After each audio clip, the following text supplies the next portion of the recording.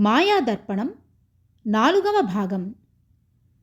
తనను ఎవరూ చూడకుండా జయసింహుడు భూమి మీద దిగాడు. పడవలోని వారిని పరిచయం చేసుకుని ఆ పడవలో కొంతకాలం సముద్రంలో ప్రయాణించడం శ్రేయస్కరం అనిపించింది. ఈ లోపల ఏదైనా సమాచారం దొరకవచ్చు కదా. మర్నాడు ఉదయం నావికులు పడవకు లంగరు వేసి ఆ రేవు పట్టణంలో తమ సరుకులను దించుకున్నారు. వాటిలో సుగంధ ద్రవ్యాలతో పాటు రక్తచందనం కూడా ఉంది. వాటిని అమ్మి ఆ తీరంలో సమృద్ధిగా దొరికే ముత్యాలను కొనుగోలు చేసి పడవలోనికి ఎక్కించుకున్నారు. ఆ తరువాత పడవలో నుండి వారు 4 బానిసలను దింపి సముద్ర తీరంలో వారిని వేలం పాడసాగారు నావికులు. జయసింహుడు ఈ విచిత్రాన్నంతా గమనిస్తూ ఉన్నాడు. అందులో 2 బానిసలు మాత్రం అమ్ముడుపోయారు.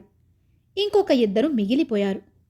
ఒరేయ్ గాడిదల్లారా, మీకు తిండి దండగా, మిమ్మల్ని ఎవరూ కొనలేదు చూశారా అని నావికులు వారిద్దరినీ కొరడాలతో కొట్టసాగారు.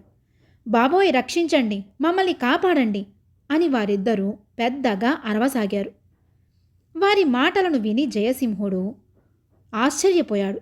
ఎందుకంటే వారు కృష్ణా తీరంలోని దేశీ భాషలోనే అరుస్తున్నారు. అయ్యా మీరెవరు అని వారిని ప్రశ్నించాడు జయసింహుడు. బాబూ, మాది కృష్ణా తీరంలోని అమరావతి నగరం.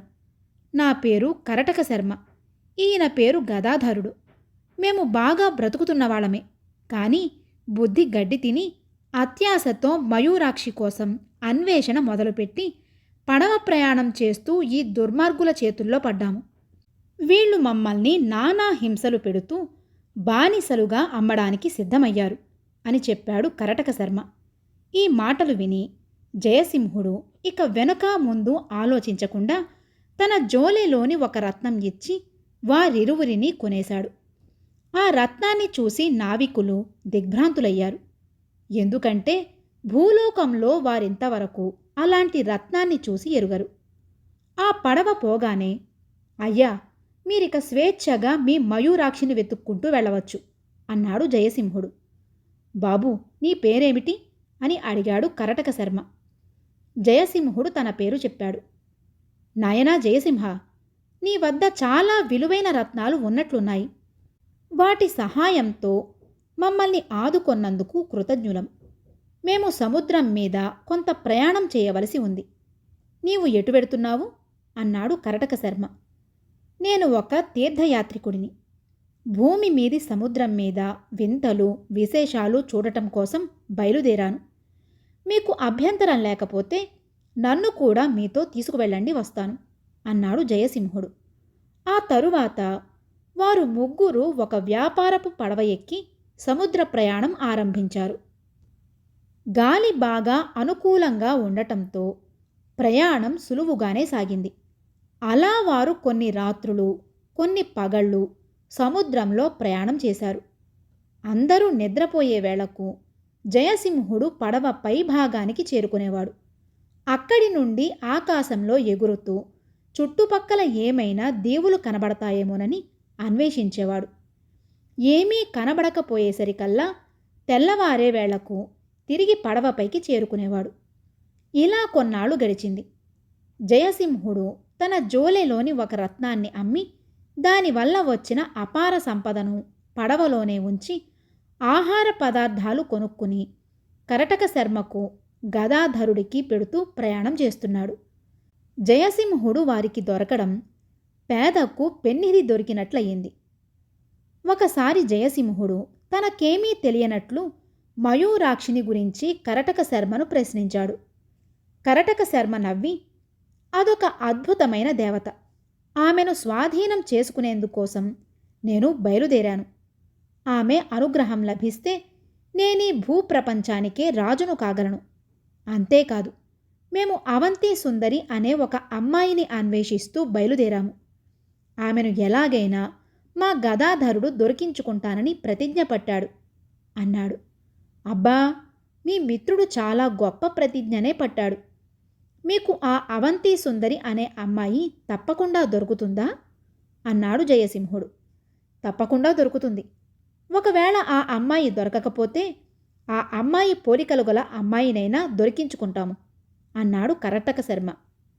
ఈ మాటలు వినేసరికి జయసింహుడికి నవ్వు వచ్చింది.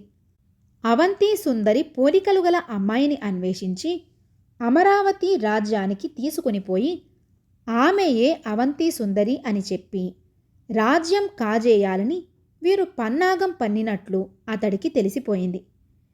ఇలాంటి దొంగలు కాబట్టే వీరిని బానిసలుగా పట్టుకుని ఆ నావికులు కొట్టి తగిన శిక్ష విధించారని అనుకున్నాడు. అయితే వారి మీద కోపానికి బదులు జయసింహుడికి జాలియే కలిగింది. అయ్యా, మీరీ మయూరాక్షి పేరెక్కడ విన్నారు అని ప్రశ్నించాడు జయసింహుడు. అది ఒక బ్రహ్మరహస్యం నాయనా. అయినా నీవు మా ప్రాణాలు రక్షించావు కాబట్టి నీకు చెబుతున్నాను. దక్షిణ భారతంలో కృష్ణా తీరంలో గురుచరణ మహర్షి అనే ఒక తపస్వి ఉన్నాడు. ఆయన అవంతి సుందరి కోసం అంజనం వేయగా అందులో ఈ మయూరాక్షి కనిపించింది. ఆమె ఎక్కడో సముద్ర మధ్యంలో ఉన్న దేవత అని తెలుస్తున్నది. అవంతి సుందరి అదృశ్యం కావడానికి మయూరాక్షికి విడదీయరాని సంబంధం ఉన్నది. అది తెలుసుకోవడానికే మేమిద్దరము కథానాయకుల వలె బయలుదేరాము అన్నాడు కరటక శర్మ. జయసింహుడు నవ్వి, మీరు కథానాయకులనే విషయం మీ ముఖాలు చూస్తేనే తెలుస్తోంది. ప్రతి రాజుకి ఒక హాస్యగాడు స్నేహితుడుగా ఉంటాడు. అలాగే నన్ను మీ వెంట తీసుకుని పొండి. ఏవో హాస్యాలు చమత్కారాలు చెప్పి అప్పుడప్పుడు నవ్వు కలిగిస్తూ ఉంటాను అన్నాడు. తప్పకుండా నాయనా, నీవు బాగా మాట్లాడగలవని మేము గ్రహించాము. పైగా నీ వద్ద రత్నాలు కూడా ఉన్నవాయే. మా వద్ద బుద్ధిబలము భుజబలము ఉంది. నీ వద్ద ధనబలముంది. వీటిని ఉపయోగించి మేము మయూరాక్షిని రాజకుమారిని సాధిస్తాము. నీవు మా వెంట ఉండి మమ్మల్ని ఆనందపరుస్తూ ఉండు. మేము వింతలు విశేషాలు నీకు చూపిస్తూ ఉంటాము అన్నాడు కరటక శర్మ. అంతే అంతే అన్నాడు గదాధరుడు. ఓరి, వీళ్ల అహంకారం మండ అని మనసులోనే అనుకుంటూ జయసింహుడు నవ్వుకున్నాడు. ఎందుకైనా మంచిది అని జయసింహుడు తానే పని కోసం బయలుదేరినది, తనకు ఎన్ని శక్తులు ఉన్నది పొరపాటున కూడా వారికి చెప్పలేదు. ఆహ్లాదకరమైన వాతావరణంలో పడవ సముద్రం మీద ముందుకు సాగిపోతున్నది. జయసింహుడు పడవ పై భాగంలో నిలబడి రాత్రింబవళ్ళు నిర్విరామంగా కొత్త ద్వీపాల కోసం అన్వేషణ సాగిస్తూనే ఉన్నాడు. సముద్రంలో ఎక్కడైనా ఎగురుతున్న పక్షులు కనిపిస్తాయేమోనని అతడి ఆశ. పక్షులు అలా ఎగురుతూ ఉంటే సమీపంలోనే ఎక్కడో భూమి ఉండాలన్నమాట. అయితే ఎన్ని రాత్రులు ఎన్ని పవళ్ళు ప్రయాణం చేసినా భూమి మాత్రం తగలలేదు. జయసింహుడు పడవ నడిపే సరంగును పిలిచి, ఏమయ్యా, మనమిప్పుడు ఏ దిశలో వెడుతున్నాము? ఎక్కడా కనుచూపు మేరలో భూమి కనబడటం లేదేమిటి అని ప్రశ్నించాడు. అప్పుడు సరంగు, అయ్యా, వ్యాపారార్థం బయలుదేరిన మా పడవ 15 రాత్రులు 15 పవళ్ళు ప్రయాణం చేస్తేనే కాని శంఖద్వీపం చేరదు. బహుశా మనం ఇప్పుడు సగం దూరం వచ్చి ఉంటాము. మీరు ఏమీ గాభరా పడకండి అన్నాడు. మీరు ఈ సముద్రం మీద ఎన్ని సంవత్సరాలుగా పడవ నడుపుతున్నారు అంటూ మెల్లిగా కబుర్లలోకి దిగాడు జయసింహుడు. ఎన్నని చెప్పను, ఈ సముద్ర తరంగాల మీదనే నా తల మొత్తం పండిపోయింది. సముద్రాలలో నేను చూసినన్ని తిమింగలాలు, రాక్షసి చేపలు, నీటి గుర్రాలు, గజదొంగల పడవలు ఇంక ఎవ్వరూ చూసి ఉండరు. ఒక రత్నాకరమే కాదు, మహోదధి మొత్తము చుట్టబెట్టిన మొనగాడిని నేను అంటూ తన గొప్పలన్నీ చెప్పుకుంటూ పోతున్నాడు సరంగు. మీరు ఇలా సముద్ర ప్రయాణం చేసేటప్పుడు కొత్త కొత్త ద్వీపాలు కూడా కనబడి ఉండాలే అన్నాడు జయసింహుడు. అవునవును, కనబడ్డాయి. చిత్ర విచిత్రమైన ద్వీపాలను చూశాను. ఆ ద్వీపాలలోని సంపద నా పడవలోకి ఎక్కించుకుని వ్యాపారాలు కూడా చేశాను అన్నాడు సరంగు. అయ్యా, మీ మాటలను బట్టి చూస్తే మీరెవరో అనుభవజ్ఞులైన సరంగువలే కనబడుతున్నారు. మీరు కొన్ని దశాబ్దాలుగా సముద్ర ప్రయాణం చేస్తున్నారు. కాబట్టి మీ ప్రయాణంలో ఎప్పుడైనా ఒకప్పుడు శుక్లద్వీపం, కృష్ణద్వీపం, అరుణద్వీపం అనే వాటిని చూసే ఉంటారు అన్నాడు జయసింహుడు. సరంగు క్షణం సేపు ఏం సమాధానం చెప్పాలా అని ఆలోచించినట్లు ముఖం పెట్టి, అవునవును, అవన్నీ చూశాను. శుక్లద్వీపం అంటే తెల్లని ద్వీపం, అందులో మంచు ఉంటుంది. కృష్ణద్వీపం అంటే నల్లని ద్వీపం, అందులో నల్ల కానుగు చెట్లు ఉంటాయి. అరుణద్వీపం అంటే అందులో ఎర్ర కుంకుమ పువ్వు పండుతూ ఉంటుంది. నేను ఒకసారి ఆ కుంకుమ పువ్వును నా పడవలోనికి కూడా ఎక్కించుకున్నాను అన్నాడు. చూడలేదంటే తనకెక్కడ అవమానమోనని ఈ సరంగు అన్నీ చూసినట్లే చెబుతున్నాడని జయసింహుడు గ్రహించాడు. ఆ 3 ద్వీపాల తరువాత ఏమి వస్తుంది అని జయసింహుడు అడిగితే, ఏముంది, పచ్చద్వీపం వస్తుంది. ఆ తరువాత ఇంద్రధనుస్సు ద్వీపం వస్తుంది. అందులో 7 రంగుల పువ్వులు ఉంటాయి అని చెప్పాడు సరంగు. జయసింహుడికి నవ్వు వచ్చింది. కానీ సరంగు ఎక్కడ చిన్నపుచ్చుకుంటాడోనని పైకి నవ్వలేదు. ఇక ఈ సరంగును ప్రశ్నించి లాభం లేదని జయసింహుడు ఊరుకున్నాడు. ఇలా 10 రాత్రులు 10 పవళ్ళు గడిచిపోయాయి. ఎటు చూసినా భయంకరమైన సముద్రము, సుదీర్ఘమైన ఆకాశమే తప్ప పిట్ట పురుగు కనిపించలేదు. ఇలా ఉండగా ఒకనాటి మధ్యాహ్నం చూస్తూ ఉండగానే ఆకాశం మబ్బులు పట్టింది. చీకటి పడే వేళకు భయంకరమైన వర్షం ప్రారంభమైంది. ఇది చూసిన సరంగు, ఇదేదో పెద్ద తుఫాను వలె కనబడుతున్నది. మనం బయలుదేరిన వేళ అంత మంచిదిలాగా కనబడటం లేదు. అన్నింటికీ భగవంతుడే ఉన్నాడు అని పడవలోని వారితో అన్నాడు. చూస్తూ ఉండగానే సముద్రం కవ్వంతో చిలికిన మజ్జిగ కుండవలె మారిపోయింది. దేవదానవులు మధించిన క్షీరసాగరం వలె నురుగులతో, తాటి చెట్టెత్తు ఉత్తుంగ తరంగాలతో ఆ సముద్రం ఘోషిస్తున్నది. చుక్కాని సరంగు స్వాధీనంలో నుండి తప్పిపోయింది. అతడు శంఖద్వీపం వైపు నడుపుతున్న పడవ తన ఇష్టం వచ్చిన దిక్కునకు పోసాగింది. ఇది చూసి పడవలోని వారంతా గగ్గోలు పెట్టారు. ఓయి కరటక, అనవసరంగా అవంతి సుందరి అని, అమరావతి రాజ్యం అని నన్ను నట్టేట్లో కాదు నడి సముద్రంలో ముంచావు. మొన్నటిదాకా బానిసలంగా పట్టుబడి దారుణ బాధలను అనుభవించాము. ఇప్పుడు ఈ తుఫానుకే బలి అయిపోతున్నాము. ఇదంతా నీ మూలాన్నే వచ్చింది అంటూ కరటక శర్మని నోటికి వచ్చినట్లు తిట్టాడు గదాధరుడు. పడవలోని ఇతర వ్యాపారస్తులతో పాటు నావికులు కూడా కంగారు పడటం మొదలుపెట్టారు. తెల్లవారేసరికి పడవ సరంగు, బాబూ, ఇక మనల్ని భగవంతుడే రక్షించాలి. పడవ ఏ దిక్కుకు పోతున్నదో ఏమైపోతున్నదో తెలియని పరిస్థితి ఏర్పడింది అని చావు కబురు చల్లగా చెప్పాడు. ఈ మాటలు విని పడవలోని వారంతా ఏడుపులు పెడబొబ్బలు పెట్టసాగారు. కొందరు భగవంతుణ్ణి ప్రార్థించనారంభించారు.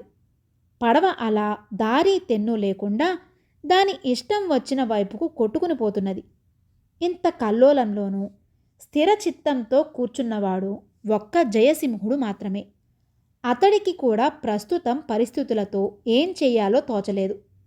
బయట భయంకరమైన వర్షం పడుతున్నది. వానలో తడిస్తే తన జ్యోతిష్మతి మూలిక పనిచేయదు.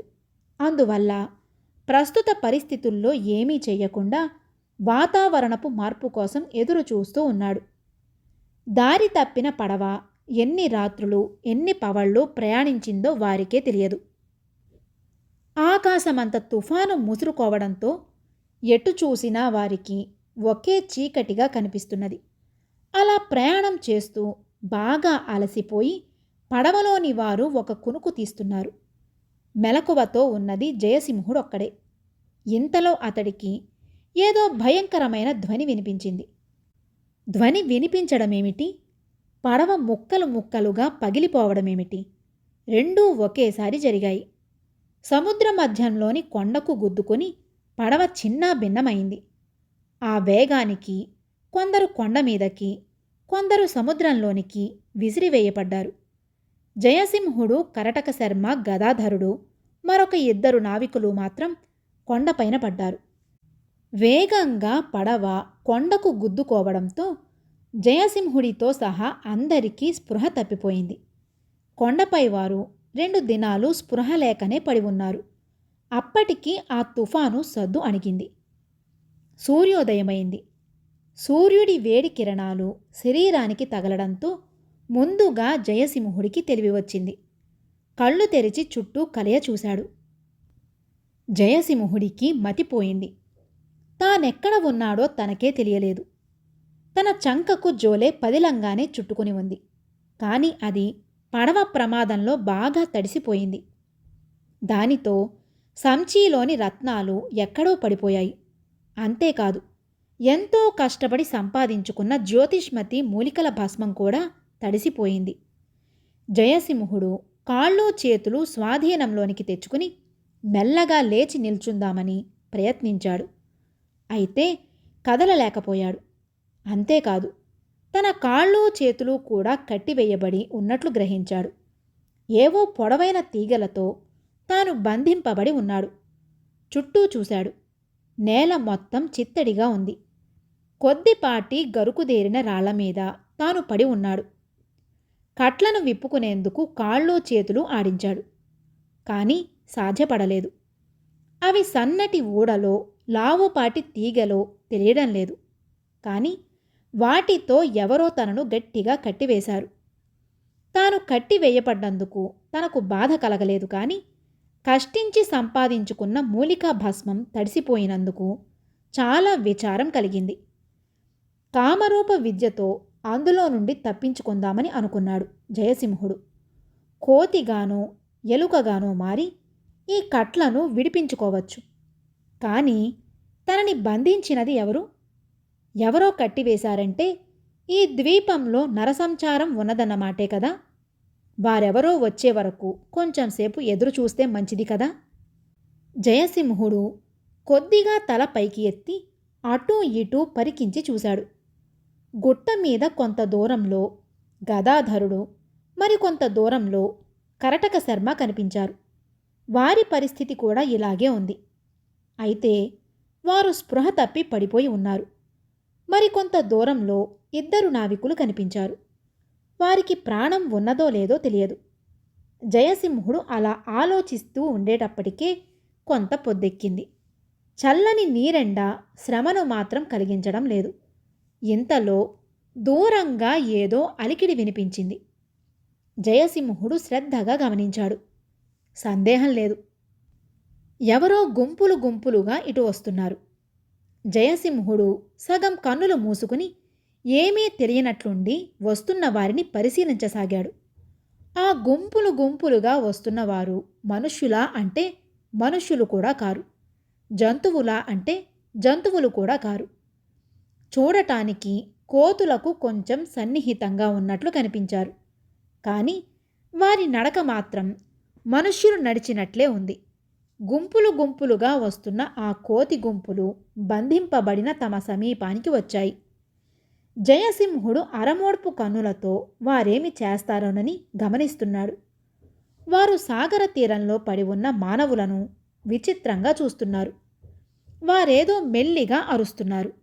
అయితే అది జంతువుల కేక కాదు, కానీ మానవుల భాష కూడా కాదు. కోతి గుంపు మానవులలో ఒకడు ముందుకు వచ్చి గుండె కొట్టుకుంటూ ఏదో అభినయిస్తూ జయసింహుణ్ణి చూపి అతడికి కట్టిన తీగల కట్లను కూడా చూపి కీచుమంటూ ఏదో చెబుతున్నాడు.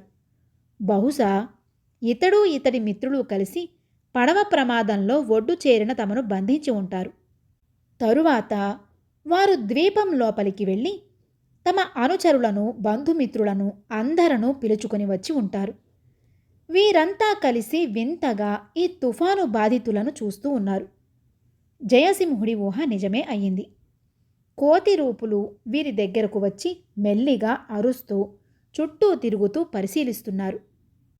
ఒక కోతి రూపుడు జయసింహుడి చెవి పట్టుకుని అటూ ఇటూ ఊపి గిల్లి చూశాడు. మరి ఒకడు అతడి ముక్కును తాకాడు. వేరొకడు జయసింహుడి జుట్టు పట్టుకుని ఊపాడు. ఇలా కొంతసేపు వారు జయసింహుడిని పరిశీలించి అంతా కలిసి ఒక్కసారి పెద్దగా అరిచారు. ఆ తరువాత వారు కట్టతోనే ఉన్న జయసింహుడిని, కరటక శర్మను, గదాధరుడిని, ఇద్దరు నావికులను తమ భుజాల మీదకి ఎక్కించుకున్నారు. అలా మోసుకుంటూ వారిని ద్వీపం లోపల కొంత దూరం తీసుకొని పోయారు. జయసింహుడు ఏమి చేస్తే బాగుంటుందా అని ఆలోచిస్తున్నాడు. వీరు మృగాలు కారు, మనుష్యులు కారు, రెంటికీ మధ్య ఉన్న ఒక విచిత్రమైన జాతి. వీళ్ళు నరభక్షకులా? ఇలా తమను మోసుకునిపోయి మంటలలో కాల్చి తింటారా? సరే చూద్దాం. అలాంటి పరిస్థితే వచ్చినప్పుడు దానికి ఏం చేయాలో ఆలోచించవచ్చు అనుకున్నాడు జయసింహుడు.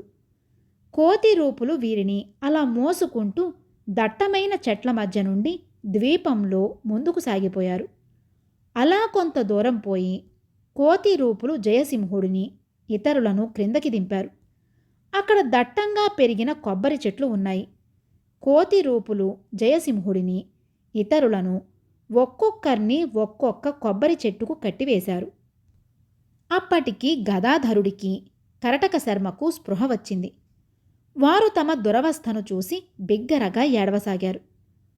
ఓరి నాయనోయ్, మా పని పొగలో నుండి సెగలోనికి పోయినట్లయింద్రోయ్.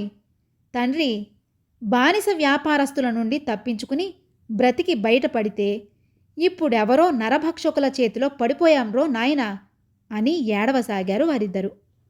అదంతా నీ వల్లనే జరిగింది. హాయిగా తిని కూర్చునే నన్ను అవంతి సుందరి అని, అమరావతి రాజ్యమని ఆశపెట్టి ఇలా ప్రయాణం చేయించావు అని గదాధరుడు కరటక శర్మను తిట్టిపోయసాగాడు. కరటక శర్మ ఊరుకోకుండా, నేను లోగడ చాలాసార్లు ప్రయాణం చేశాను, కానీ ఎన్నడూ ఇలాంటి విపత్తు సంభవించలేదు. ఇది నా జాతకంలోని లోపం మాత్రం కాదు అన్నాడు. అయితే నాదే దరిద్రపు జాతకం అంటావా అని గదాధరుడు కరటక శర్మపై మండిపడ్డాడు. ఇదంతా చూస్తున్న జయసింహుడికి చికాకు పుట్టింది. వీళ్ల ఉత్తర కుమార ప్రగల్భాలు ఎలాంటివో తెలిసిపోయాయి. అయ్యా పెద్ద మనుషులు, మీరు కాస్త నోరు మూసుకుని ఉండండి.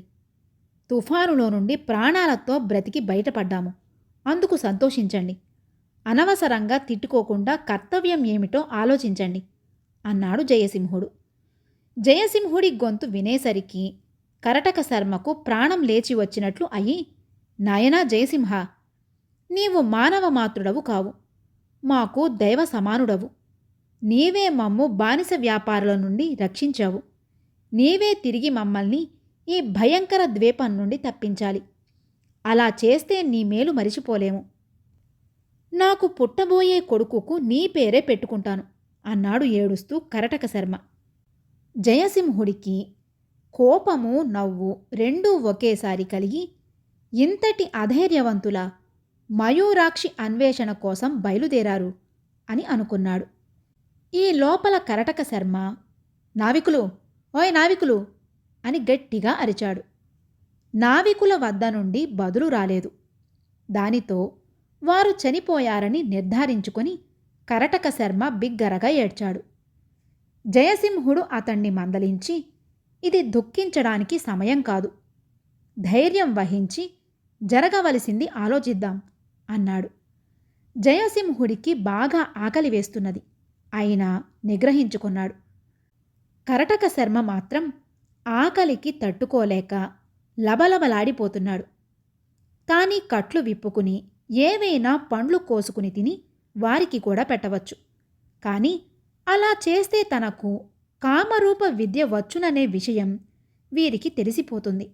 అందుకని రాత్రి వారు నిద్రపోయే సమయంలో కట్లు విప్పుకొని బయటపడి ఏదైనా ఉపాయం ఆలోచించవచ్చునని జయసింహుడు ఊహించాడు. ఇంతలో దూరాన ఏదో కలకలం వినిపించింది. గుంపులు గుంపులుగా మళ్ళీ కోతి రూపులు వస్తున్నారు. వారి చేతులలో కొబ్బరికాయలు, పనసకాయలు, అరటి గెలలు ఉన్నాయి. వారు బంధితుల దగ్గరకు వచ్చి సన్నగా అరుస్తూ చుట్టూ తిరుగుతూ గెంతసాగారు. కోతి రూపులు తమ చేతులలోని కొబ్బరికాయలను చేతులతోనే పగలగొట్టారు. లోపలి నీళ్లను, మెత్తని లేత గుజ్జును బంధితుల నోళ్లకు అందించారు. కొందరు కోతి రూపులు పండిన పనసకాయలను తమ తలలకేసి కొట్టుకున్నారు. పనసపండు లోపలి తొనలు బయటకు వచ్చాయి. వాటిని బంధితుల నోటికి అందించారు. పెట్టిందే తడవుగా కరటక శర్మ, గదాధరుడు గబగబా బొక్కారు. జయసింహుడు మాత్రం తినలేదు. తాను శుచిగా లేకపోవడం అందుకు మొదటి కారణము. పైగా ఈ వింత జంతువులు పెట్టే ఆహారం శుద్ధమైనదో కాదో తెలియదు. వీళ్ళు ఏ మత్తు పదార్థములో కలిపిన పళ్ళు తమకు అందిస్తే దాని వలన కొత్త ప్రమాదం రావచ్చును కదా. కొన్ని ద్వీపాలలో రాక్షసులు, నరభక్షకులు ఇలాగే చేస్తూ ఉంటారట. మనుషులను బలి పశువుల వలె కట్టివేసి వారిని బాగా బలిసేట్టు మేపి తరువాత ఏ కొండ దేవతకో బలి ఇస్తారట. ఈ కోతి రూపులు కూడా అలాంటివారేనా? జయసింహుడికేమీ తోచలేదు. కోతి రూపులు జయసింహుడిని కొంతసేపు బ్రతిమలాడి తినకపోయేసరికల్లా పనస తొనలు, అరటిగెలలు అతడి ముందే వదిలివేసి తమలో తామేదో గొణుక్కుంటూ మళ్లీ కొబ్బరి చెట్ల మధ్యకు వెళ్ళిపోయారు. పండ్ల రసం కడుపులో పడేసరికి కరటక శర్మకు, గదాధరుడికి మళ్లీ ఓపిక వచ్చింది. నాయనా జయసింహ, ఈ వింత జంతువుల నుండి తప్పించుకుని ఈ ద్వీపం నుండి మనం బయటపడే మార్గం ఆలోచించు అన్నాడు కరటక శర్మ. తొందరపడకండి, పరిస్థితి రేపటిలోగా చక్కబడుతుంది అని ధైర్యం చెప్పాడు జయసింహుడు. అయితే పరిస్థితి చక్కబడే మాట అటుంచి క్రమంగా విషమించసాగింది. చూస్తూ ఉండగానే గదాధరుడు, కరటక శర్మ స్పృహ కోల్పోయారు. వారిద్దరూ అలాగే తమను కట్టివేసిన చెట్ల బోదెల మీద వాలిపోయారు. జయసింహుడది గమనించాడు. వారు సజీవంగా ఉన్నారో నిర్జీవంగా ఉన్నారో తెలియదు. తాను కట్లు విప్పుకుని బయటపడి వారిని పరీక్ష చెయ్యాలి. అయితే ఈ కోతి రూపులు ఎక్కడైనా నక్కి తానేమి చేస్తున్నాడో గమనిస్తూ ఉండవచ్చు. అందువల్ల వారు చూడని సమయంలోనే తాను మెల్లగా తప్పించుకోవాలి. అలా తప్పించుకున్నాక ఏం చెయ్యాలో కూడా జయసింహుడు ముందుగానే ఊహించుకున్నాడు. అయితే ముందు జాగ్రత్త కోసం తాను కూడా కళ్ళు మూసుకుని స్పృహ తప్పినట్లే నటిస్తూ ఉండిపోయాడు. అప్పుడతడి మనోనేత్రం ముందు ఒక వేణువు కనబడింది. తన గురుదేవుడు తనకు ఏదో సంకేతం అందిస్తున్నాడని జయసింహుడు భావించాడు. క్రమంగా చీకటి పడింది. జయసింహుడు తన కామరూప విద్యను ప్రయోగించి బంధనాల నుండి బయటపడ్డాడు. జయసింహుడు ఒక చిలకగా మారి కట్ల నుంచి జారుకున్నాడు. ఆ తరువాత కొద్దిసేపు అటూ ఇటూ ఎగిరాడు. ద్వీపమంతా జయసింహుడికి విచిత్రంగా కనబడింది. ఎత్తైన కొండలొకవైపు, ఆకాశాన్ని తాకుతున్నాయా అనిపించేటట్లు ఉన్న కొబ్బరి చెట్ల గుంపు ఇంకొక వైపు ద్వీపాన్ని ఆవరించుకుని ఉన్నాయి. జయసింహుడు ఒక వెదురు పొద దగ్గర వాలాడు. చుట్టూ చూశాడు. అక్కడ ఎవరూ లేరని నిర్ధారించుకొని తన పక్షి రూపాన్ని వదిలి జయసింహుడిగా మారాడు. అక్కడ వెదురు పొదలో నుండి ఒక వెదురు కొమ్మను విరిచాడు. దానికి చిల్లులు పొడిచి వేణువుగా తయారు చేశాడు జయసింహుడు. ఆ తరువాత నడుచుకుంటూ ద్వీపంలో అటూ ఇటూ తిరిగాడు. ద్వీపమంతా వాసయోగ్యంగా కనిపించలేదు. కొంత భాగం ఎగుడు దిగుడు రాళ్లతోనూ, మరికొంత భాగం చిత్తడి నేలతోనూ నిండి ఉంది. దూరం నుండి వినిపిస్తున్న బుసలను బట్టి పాములు, కొండ చిలువలు కూడా ఈ ద్వీపంలో ఉండి ఉంటాయని జయసింహుడు ఊహించాడు. తాను బయలుదేరిన ప్రయోజనం వేరు, చేరుకున్న ప్రదేశం వేరు. ఇలా దిక్కు మొక్కు లేని ఆ ద్వీపంలో చిక్కుపడిపోతామని జయసింహుడు అనుకోలేదు. తనకు ఉన్న శక్తులతో ఏదో రకంగా బ్రతికి బయటపడగలడు. కాని గదాధర, కరటక శర్మలను తప్పించడమెలా? ఇంతకు వారు సజీవులో నిర్జీవులో కూడా తాను పరీక్షించనే లేదు. వారు ఇలా గుర్తుకు వచ్చేసరికి ఒక్క క్షణం కూడా అక్కడ నిలబడకుండా తనను బంధించిన చెట్ల దిక్కుకు ప్రయాణం చేశాడు జయసింహుడు. పక్షిగా తాను ఎగిరిన దూరాన్ని భూమిపై నడవడానికి చాలాసేపు పట్టింది. మొత్తానికి ఒక రాత్రి వేళకు జయసింహుడు తాము బంధింపబడ్డ ప్రదేశానికి చేరుకున్నాడు. పరుగు పరుగున వెళ్ళి కరటక శర్మను, గదాధరుణ్ణి పరీక్షించి చూశాడు. వారి గుండె బలహీనంగా కొట్టుకుంటూనే ఉన్నది. వారు సజీవంగానే ఉన్నారని, వారు తిన్న పళ్లల్లో ఏదో మత్తు పదార్థం ఉండి వారు స్పృహ కోల్పోయారని ఊహించాడు జయసింహుడు. ఇప్పుడు అతడికి 2-3 ఊహలు వచ్చాయి. 1, వీరిద్దరినీ కట్లు విప్పి వదిలించి తన వెంట తీసుకొని పోవడం. వీరు తిన్న మత్తు పదార్థం ఏమిటో తెలియకుండానే దీనికి విరుగుడు ఈ కొత్త ద్వీపంలో ఎలా సంపాదించడం? అది లేకుండా వీరిని ఇలా మోసుకొని తాను ఎక్కడికి తీసుకుని పోవాలి? ప్రస్తుతానికి ఏ కొండ గుహచాటునో నక్కినా తరువాత చేయవలసింది ఏమిటి? కోతి రూపంతో తలపడి వారిని నిర్మూలించడమా? వారి ద్వీపంలో వారికి ఉన్న బలం ఏమిటో తమకు తెలియదు. అలాంటప్పుడు ఈ దశలో వారితో యుద్ధం పెట్టుకుని సాధించగలిగేది ఏమిటి? కరటక శర్మ గదాధరుడు సజీవులేనన్న విషయం తెలిసేసరికి జయసింహుడికి మనసు కొంచెం నెమ్మది చిక్కింది. తాము కట్టివేయబడి ఉన్న ప్రదేశానికి కొంత దూరంలో కొండచర్య నుండి ఒక సెలయేరు ప్రవహిస్తున్నది.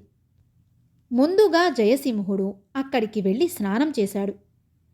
ఆ ఏటి నీరు విషపూరితం కాదని తెలుసుకుని కడుపు నిండా తాగాడు.